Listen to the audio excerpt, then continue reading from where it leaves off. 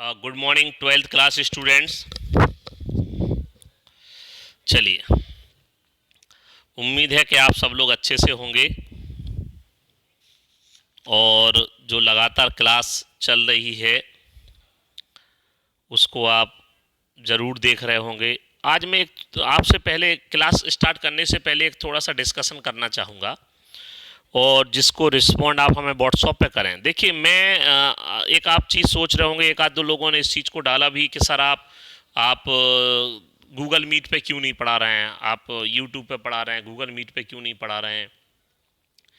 तो देखिए, जो हमारी सोच है, हो सकता है मैंने आप लोगों से ग्रुप पे कहा भी था कि आप मुझे गूगल मीट्स के मेरिट्स और यूट्यूब के डीमेरिट्स जो हैं आप वो मुझे बताइए, है ना। तब हम लोग कंक्लूड करेंगे कि एक्चुअल में हमें किससे कंटिन्यू करना चाहिए, हमें क्या इसमें ठीक लगता है। एक तो जो गूगल मीट है उस पर आपको एक पर्टिकुलर टाइम पर, एक फिक्स टाइम पर रहना होता है। कुछ लोगों की प्रॉब्लम ये है कुछ लोगों की प्रॉब्लम ये है कि उनके पास हर समय मोबाइल नहीं रहता। कुछ लोगों की प्रॉब्लम ये है कि उसी समय हो सकता है दूसरे भी हमारे सब्जेक्ट की क्लास है, सबने अपना अपना टाइम बांट रखा है सूटेबल तरीके से। अब लास्ट बचा हुआ टाइम है, वो हमको देखना पड़ेगा कितने बजे है, क्या है। इसके अलावा गूगल मीट पर या जूम पर क्या हो रहा है, जैसे मैंने शुरू में भी, जैसे गूगल मीट है ऐसे जूम पे मैंने आपको स्टार्टिंग में क्लास ली थी। स्वयं प्रभा भी हमारे पास में है, ओ सॉरी, अपना स्काईपी भी हमारे पास में है, स्काईपी से भी वैसे ही हो सकता है। लेकिन इनमें हमें हमारी सोच में जो डिसएडवांटेज आ रहा है वो ये आ रहा है कि सपोज दैट एक टाइम पर अगर उस समय स्टूडेंट नहीं जुड़ पाता है तो फिर वो क्लास नहीं देख पाएगा। लेकिन अगर हम इस YouTube के माध्यम से, हमें क्या लगता है कि एक तो हम पहले वीडियो बनाते हैं उसके बाद इसे अपलोड कर देते हैं। बार बार नेट की प्रॉब्लम होती है, आपने भी देखा होगा कईयों बार वीडियो सिर्फ 2 मिनट का पहुंच पाता है, कभी 35 सेकंड का पहुंच पाता है, कभी 8 मिनट में अपना आप ऑफलाइन हो जाता है। तो नेट बड़ा झिकझिक रहता है। अभी देखिए, अगर आपके पास स्क्रीन पहुंच ही रही है ऑब्वियसली, तो आप इसमें देखेंगे तो अभी E2, दैट मीन अभी 2G आ रहा है केवल। 3G भी नहीं आ रहा है, 4G तो भूल जाइए, 2G आ रहा है। तो एक तो नेट की प्रॉब्लम रहती है। तो हमें क्या इसमें कंफर्टेबल रहता है कि पहले वीडियो बना लेते हैं उसके बाद अपलोड करते हैं। नेट जिग होता भी रहता है, होता रहता है, तो पहुंच जाता है। दूसरी बात, ऑन रिकॉर्ड आपके पास चीज़ रहती है। आप जब कंफर्टेबल हो, जितने टाइम पे आप कंफर्टेबल हो, जो आपको अच्छा लगे, जितने बजे देखना अच्छा लगे और जितनी बार देखना अच्छा लगे और जितने दिनों बाद देखना अच्छा लगे, या जितनी पुरानी क्लास आपको देखना अच्छा लगे, जब आप चाहें तो आप अपनी मर्जी के मालिक हैं। ये प्रॉब्लम नहीं है कि हमारे पापा मोबाइल ले गए थे और इस टाइम पर हमारी ये प्रॉब्लम हो रही है, वो प्रॉब्लम हो रही है ना। कुछ लोगों को ये भी प्रॉब्लम देखने को मिली कि जब कंटिन्यू क्लास चलती रहती है तो मोबाइल डिस्चार्ज हो जाता है। और स्वाभाविक सी बात है कि अगर आप उसमें लगातार वीडियो देख रहे हैं और फिर उसको चार्जिंग पे ले जाएंगे, लो बैटरी पे आ जाएगी, तो बहुत ही harmful radiations, electromagnetic radiation release करता है। एक पर्टिकुलर जब लो बैटरी होने लगती है, जब कम बैटरी पे आ जाता है, तो वो भी एक हार्मफुल है। और दूसरा, आप मजबूरी में ये सही करते ही होंगे ये चीज़ कि आप चार्ज में लगा लगा के वीडियो देखते होंगे, जो कि कतई सही नहीं है ना। तो दूसरी बात रही आपकी कि सर हम इसमें, आप चाहें तो हमसे यूट्यूब पे क्वेश्चन भी पूछ सकते हैं, ये भी ऑप्शन है। और अगर नहीं पूछ रहे हैं तो हमने आपको इंडिविजुअल व्हाट्सअप ग्रुप बनाए हुए हैं। बॉयज़ का ग्रुप अलग है, हर क्लास का बॉयज़ का ग्रुप अलग है, गर्ल्स का ग्रुप अलग है, और हमारा पर्सनल व्हाट्सअप ग्रुप नंबर भी आपके पास में है। तो अगर आपका कोई क्वेश्चन है, कोई क्वारी है, तो आप हमें डायरेक्ट कॉल कर लीजिए। कॉल नहीं करना है, मैं वॉइस मैसेज भेज दीजिए व्हाट्सअप पर, ग्रुप में भेज दीजिए तो और अच्छी बात है, नहीं भेज दीजिए तो पर्सनल पे भेज दीजिए। आपको जो डाउट हो रहा है वो हमसे क्वेश्चन पूछ लीजिए।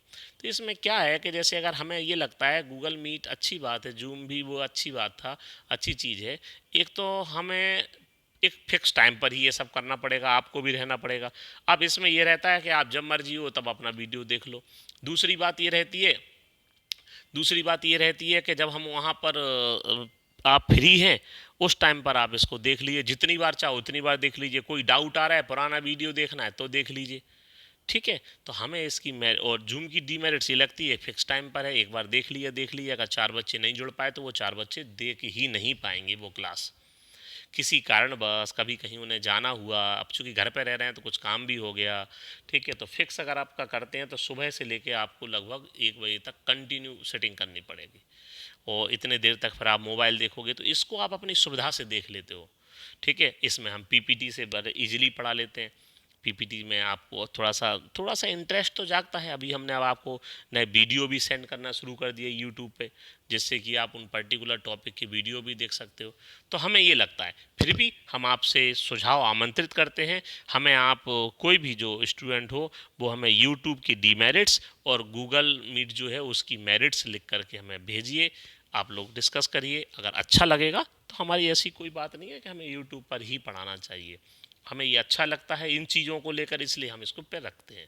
चलिए, फिलहाल 12th क्लास हम लोग डिस्कशन कर रहे थे unit number 5, that mean the surface chemistry पर डिस्कशन चल रहा था, जिसका हमने फर्स्ट पार्ट कंप्लीट किया, मतलब एडजॉर्प्शन कंप्लीट किया। सेकंड पार्ट कंप्लीट किया, मतलब कैटालाइसिस कंप्लीट किया। आज हम इसके थर्ड पार्ट पर हैं, और इसके थर्ड पार्ट में हम पढ़ने वाले हैं कोलाइड्स एंड कोलाइडल सॉल्यूशन। ठीक है, कोलाइड और कोलाइडल सॉल्यूशन पढ़ने वाले हैं। तो पहले बात वही पुरानी, पहले हम रिकॉल करेंगे कि एक्चुअल में हमको क्या पढ़ लिया है और हमें क्या पढ़ना है। In part second we have discussed the following aspects of catalysis is a phenomena involving the use of a catalyst to accelerate the speed of a particular chemical reaction। ठीक है, पढ़ लिया हमने। Catalysis is both homogeneous and heterogeneous, पढ़ चुके हैं, हमारे syllabus से भी हट गया, फिर भी हमने आपको बताया था, आज भी दोहरा दे रहे हैं। होमोजीनियस किसे कहते हैं? When the phase of the reactant product as well as the catalyst are same. Reactant product और कैटालिस्ट जो हैं वो सिमिलर फेज में होते हैं तो उसे होमोजीनियस कहते हैं, और अगर डिफरेंट फेज में होते हैं तो उसको हेट्रोजीनियस कहते हैं। प्रमोटर्स क्या होते हैं? Increase the efficiency of a catalyst. और पॉइजन्स क्या होते हैं? कि डिक्रीज और retard the efficiency of catalyst. Zeolites are the safe selective catalyst.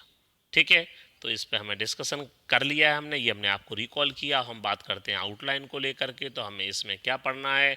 Introduction पढ़ेंगे कोलाइड्स का, difference between 3 types of solution, classification of colloids, Krafft temperature and critical micelle concentration, preparation of colloid, purification of colloidal solution, properties of colloidal solution, applications of colloidal solution. यहाँ हम यहाँ ध्यान देंगे कि यहाँ पर एमल्सन वाला पार्ट है, इसमें से भी रिमूव हुआ है, लेकिन हमने जैसा आपसे कहते रहते हैं वही चीज़ फिर दोहरा रहे हैं कि इसको अभी हम क्या है कंटिन्यू करेंगे, है ना, हम इसको बताएंगे क्योंकि आपकी आगे आवश्यकता है। इंट्रोडक्शन पे आ जाइए।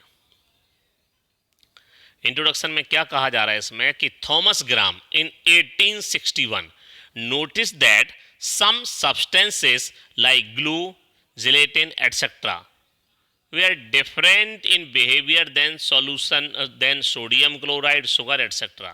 मतलब जो थॉमस ग्राम हैं उन्होंने 1861 में ये नोटिस किया था कि कुछ सब्सटेंसेस जैसे हमारा स्टार्च है, ग्लू है, जिलेटिन है, एल्ब्यूमिन है, ठीक है, इनके जो बिहेवियर हैं वो sodium chloride, sugar, glucose etcetera से भिन्न थे। In the sense that the solution of former could not pass through a parchment paper while the latter could pass easily. कुछ सब्सटेंसेस ऐसे हैं जिनके सॉल्यूशन पार्चामेंट पेपर में से इजीली मूव आउट हो जाते हैं, पार्चामेंट मेम्ब्रेन में से इजीली आ जा सकते हैं, और कुछ ऐसे हैं जिनके नहीं आ सकते। तो उन्होंने ये देखा था कि शुगर और सोडियम क्लोराइड, ग्लूकोज के सॉल्यूशन ऐसे हैं जो पार्चामेंट पेपर में से आसानी से पास आउट हो सकते हैं, लेकिन जो हमारे ग्लू है, जिलेटिन है, एल्ब्यूमिन है, स्टार्च है, इनके जो सॉल्यूशन है वो इजली उसमें से मेम्ब्रेन में से पार्चामेंट पेपर जो है सेमी परमानेंट मेम्ब्रेन होती है एसपीएम, उसमें से पास आउट नहीं हो पाते। The former were named as colloids. तब उन्होंने जाकर के ऐसे सब्सटेंस जो पास आउट नहीं हो पाते उनको थॉमस ग्राम ने कोलाइड्स नाम दिया था, जिसका वर्ड मीन देखिए आप क्या, Greek kolla means glue, glue like, colloids kolla that mean हो गया हमारा मीनिंग ग्लू, ग्लू लाइट्स। सो ग्लू लाइक मतलब ग्लू की तरह, मतलब गोंद की तरह चिपचिपे पदार्थ होते थे, उन सब्सटेंसेस को जाकर के उन्होंने कोलाइड्स नाम दिया था। While the latter was called crystalloids. ठीक है, और एक को इन्होंने ऐसे सब्सटेंसेस जो कि पास नहीं हो पा रहे थे पार्चामेंट पेपर में से उनको कोलाइड्स कहा, और जो रिमेनिंग सब्सटेंसेस थे उनको क्रिस्टलॉइड्स कहा। Colloids is not a substance. अब देखिए ये जानना है आपको, एक्चुअल में वो उस समय जानते थे वो ठीक है, लेकिन रियलिटी ये है कि कोलाइड कोई स्पेसिफिक टाइप के सब्सटेंसेस नहीं होते। colloid is not a substance but a state of substance which depend upon the particle size that range between 1 to 1000 nanometer. So actual में ये कंक्लूड हुआ कि जो कॉलाइड हैं, ये कंक्लूड हुआ कि जो कॉलाइड है वो कोई एक विशेष प्रकार के सब्सटेंस नहीं है, स्पेशल टाइप के मटेरियल नहीं है, वो तो सिर्फ क्या है, एक स्टेट ऑफ मैटर है। और अगर हम कहें तो बात इतनी सी है कि when the size of the particle between 1 to 1000 nanometer, those substances which have the size of particle between 1 to 1000 nanometer are known as the colloid। ऐसे कोई भी सब्सटेंस, याद रखना पुराने कॉन्सेप्ट में ये कहा गया था ग्लूलाइड्स, दैट मीन गोंद की तरह जो चिपचिपे पदार्थ हैं वही कॉलाइड होंगे, लेकिन बाद में इसको क्लियर किया गया और ये बताया गया ये आवश्यक नहीं है। ठीक है, वो सभी पदार्थ चाहे वो कैसे भी हो, बस उनकी अगर साइज 1 to 1000 नैनोमीटर के बीच में होगी तो ऐसे सब्सटेंसेस को, ऐसे पार्टिकल्स को हम लोग कॉलाइड्स कहेंगे। और ऑन द, अभी अपन पढ़ेंगे, on the basis of the size of solute particle the solution classified in 3 sub category.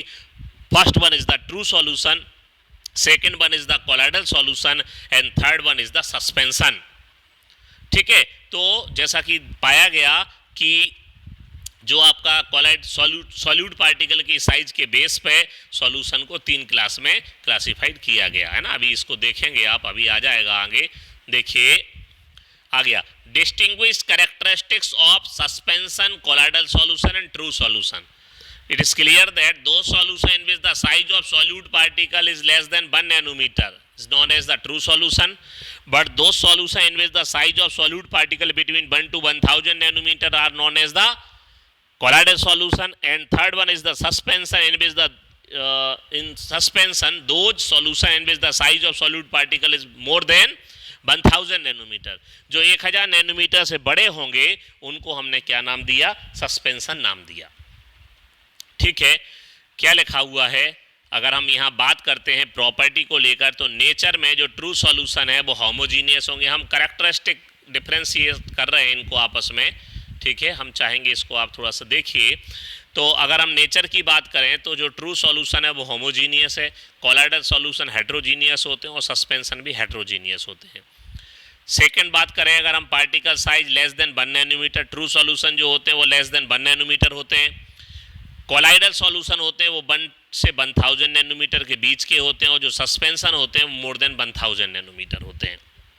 Suspension जो है वो मोर देन क्या है, 1000 नैनोमीटर है। ठीक है, थर्ड पे अगर हम आ जाएं तो क्या हो गया, फिल्टरेबिलिटी, फिल्ट्रेशन अगर हम करेंगे तो क्या होगा, ट्रू सॉल्यूशन है pass through ordinary filter paper as well as the animal membrane, parchment membrane. Parchment paper आपने देखा होगा, क्रिकेट के बैट के ऊपर आपने देखा होगा एक मेम्ब्रेन चढ़ी रहती है, एनिमल मेम्ब्रेन, पार्चामेंट पेपर जो है। तो उसने ये कहा कि जो ट्रू सॉल्यूशन है वो ordinary filter paper as well as animal membrane दोनों में से पास आउट हो जाते हैं। कॉलाइडल सॉल्यूशन है pass through ordinary filter paper but not through animal membrane. Colloidal जो पार्टिकल हैं वो एनिमल मेम्ब्रेन, पार्चामेंट पेपर में से पास आउट नहीं होते, ये आर्टिफिशियल भी होती है, फेरोसाइनेट की भी होती है। Suspension do not pass through both, neither ordinary filter paper nor animal membrane, दोनों से pass out. Setting do not settle down, because true solution कैसे होते हैं, स्टेबल होते हैं, ट्रू सॉल्यूशन स्टेबल होते हैं इसलिए सेटल डाउन नहीं होते। Colloidal solution do not settle, ये भी सेटल नहीं होते, ये भी सेटल डाउन नहीं होते। और जो सस्पेंशन होते हैं वो सस्पेंशन जो हैं वो जा कर के क्या हो जाते हैं, सेटल डाउन हो जाते हैं। बीच में रोकनी पड़ेगी, हम मिल रहे हैं आपसे बाद में, है ना। तो जो हमारे सस्पेंशन होते हैं वो क्या होते हैं हमारे के सेटल डाउन हो जाते हैं आफ्टर सम टाइम। ठीक है, विजिबिलिटी, पार्टिकल्स आर इनविजिबल। जो ट्रू सॉल्यूशन है, जैसे ट्रू सॉल्यूशन में अगर हम एक एग्जांपल लेते हैं कि आपका शुगर या सॉल्ट का सॉल्यूशन है, तो आपने take a 1 glass of water in which the 50 gram sugar और ग्लूकोज और सॉल्ट मतलब कुछ भी इसमें मिला दिया, तो वो ट्रू सॉल्यूशन हो गया। तो जैसा आपने देखा होगा कि डू नॉट सेटल, वो सेटल नहीं होते। Colloidal solution do not settle, that mean ये स्टेबल हैं। ठीक है, और सेटल ऑन सस्पेंशन जो होते हैं वो क्या होते हैं, सेटल ऑन स्टैंडिंग। अगर इन्हें रखा छोड़ दिया जाए, सस्पेंशन जैसे डस्ट है, चॉक पाउडर है, सैंड है, सॉइल है, अगर इनको वाटर में डिजोल्व कर दिया और इन्हें अगर रखा छोड़ दिया अपन ने, तो ये आफ्टर सम टाइम ये सेटल डाउन हो जाएंगे, प्रेसिपिटेट हो जाएंगे। विजिबिलिटी की बात करें तो जो ट्रू सॉल्यूशन है, पार्टिकल्स आर इनविजिबल। मतलब ये दिखाई नहीं देते। जैसे हमने आपसे कहा ना, पानी में अगर शक्कर घोल दी तो घुल जाने के बाद क्या आपको शुगर पार्टिकल्स दिखाई देंगे वाटर के अंदर? नहीं। Colloidal particle, scattering of light by the particle is observed, आपने पढ़ा हुआ है 9th क्लास में, that mean it is known as the Tyndall effect. तो जो टिंडल इफेक्ट शो करते हैं हमारे जो कॉलाइडल सॉल्यूशन है, वो टिंडल इफेक्ट शो करते हैं। Particles are visible to the naked eye, लेकिन अगर हम सैंड पार्टिकल या चौक पाउडर या फिर सॉइल को अगर हम पानी में घोल देते हैं तो वो हमें दिखाई देते हैं, दैट मीन ये विजिबल होते हैं। तो ये डिफ्रेंशिएट किया गया तीनों को, ट्रू सॉल्यूशन, कॉलाइडल सॉल्यूशन और सस्पेंशन को। उम्मीद है कि आपको ये क्लियर हुआ होगा। ठीक है, आगे बढ़ते हैं। अब इसको अगली स्लाइड पे जाएंगे। अगर physical state, on the basis of the physical state that mean the disperse phase और डिस्पर्सन मीडियम। सुन लीजिए ज़रा ध्यान से कि हम ऑर्डिनरी ट्रू सॉल्यूशन में दो टर्म यूज़ करते थे, सॉल्यूट एंड सॉल्वेंट। दो टर्म यूज़ करते थे, सॉल्यूट एंड सॉल्वेंट। लेकिन यहाँ पर सॉल्यूट को, अब टर्मोलॉजी बदल गई कॉलाइडल में, यहाँ पर सॉल्यूट को कहते हैं डिस्पर्स्ड फेज और सॉल्यूशन को कहते हैं डिस्पर्सन मीडियम। याद रखिए, हम एक ट्रू सॉल्यूशन में जो टर्म यूज करते थे सॉल्यूट एंड सॉल्वेंट, तो यहाँ नए टर्म हुए जिनको हम लोग बोलते हैं, नए टर्म जो यूज कर रहे हैं उनको हम लोग बोलते हैं dispersed phase and dispersion medium. तो डिस्पर्स्ड फेज और डिस्पर्सन मीडियम जो है, ठीक है, इन्हें हम लोग टर्मोलॉजी की तरह इनको इस्तेमाल करते हैं, यूज़ करते हैं। तो अगर बात करें डिस्पर्स्ड फेज को लेकर के, डिस्पर्सन मीडियम को, और जो कॉलाइड होगा उसका नेम क्या होगा, उसके एग्जाम्पल क्या हैं। So it is classified on the basis of the physical state of dispersed phase and dispersion medium. So when dispersed phase that mean the solute and dispersion medium that mean it is the solvent. In on previous record, आपके पुरानी knowledge के base पे आप जानते हो कि जिसको हमने आपसे कहा, क्या कहा, सॉल्यूट कहते थे, उसे कहने लगे डिस्पर्स्ड फेज, और जिसको सॉल्वेंट कहते थे उसको कहते हैं डिस्पर्सन मीडियम। तो डिस्पर्स फेज और डिस्पर्सन मीडियम जो है, तो उसके बेस पर हमने इसको यहाँ पर हमने इसको सॉल्यूट और सॉल्वेंट को नाम दे दिया ये। तो देखिए, डिस्पर्स फेज सॉलिड है, डिस्पर्सन मीडियम भी सॉलिड है, तो इसका नाम हो जाएगा सॉलिड सॉल। ठीक है, एग्जाम्पल क्या है, सम कलर्ड ग्लासेस, जेम स्टोन, जैसे कहते हैं नीलम है, पुखराज है, ठीक है, तो ये आपके रत्न जो आते हैं वो सब इसी कैटेगरी में आएंगे। डिस्पर्स्ड फेज समझना, जिसको मिला रहा है, सॉल्यूट कहते थे। डिस्पर्स्ड फेज आपका सॉलिड है, और डिस्पर्सन मीडियम अगर आपका लिक्विड है तो उसको नाम देते हैं सॉल। ठीक है, सॉल देते हैं। सम पेंट्स हैं, इमल्सन पेंट आता है आपका, मडी वाटर है, सेल फ्लूइड्स है, एटसेट्रा।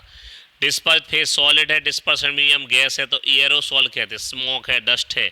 डिस्पर्स्ड फेज लिक्विड है, डिस्पर्स, देखो भाई आप याद करो, अपन ने ऐसे सॉल्यूशन का भी क्लासिफिकेशन पढ़ा था, और उसको हमने आपको समझाया था 1 के 3, 1 के 3, 1 के 3, है ना। तो बस वही चीज़ है, 1 के 3, 1 के 3 होंगे तो 9 होंगे, लेकिन आप देख रहे होंगे यहाँ पर टोटल कितने, 8 है।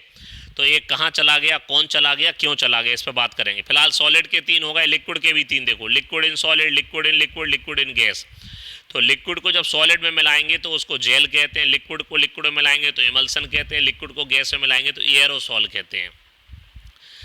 लिक्विड को मिला रहे हैं आप सॉलिड में, तो चीज़ है, बटर है, जेली है, ये लिक्विड डिस्पर्स फेज रहता है, और मीडियम डिस्पर्सन मीडियम सॉलिड रहता है।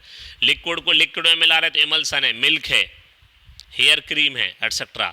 लिक्विड को गैस में मिला रहे तो एयरोसॉल है, फॉग है, मिस्ट है, क्लाउड स्प्रे है, एटसेट्रा एटसेट्रा।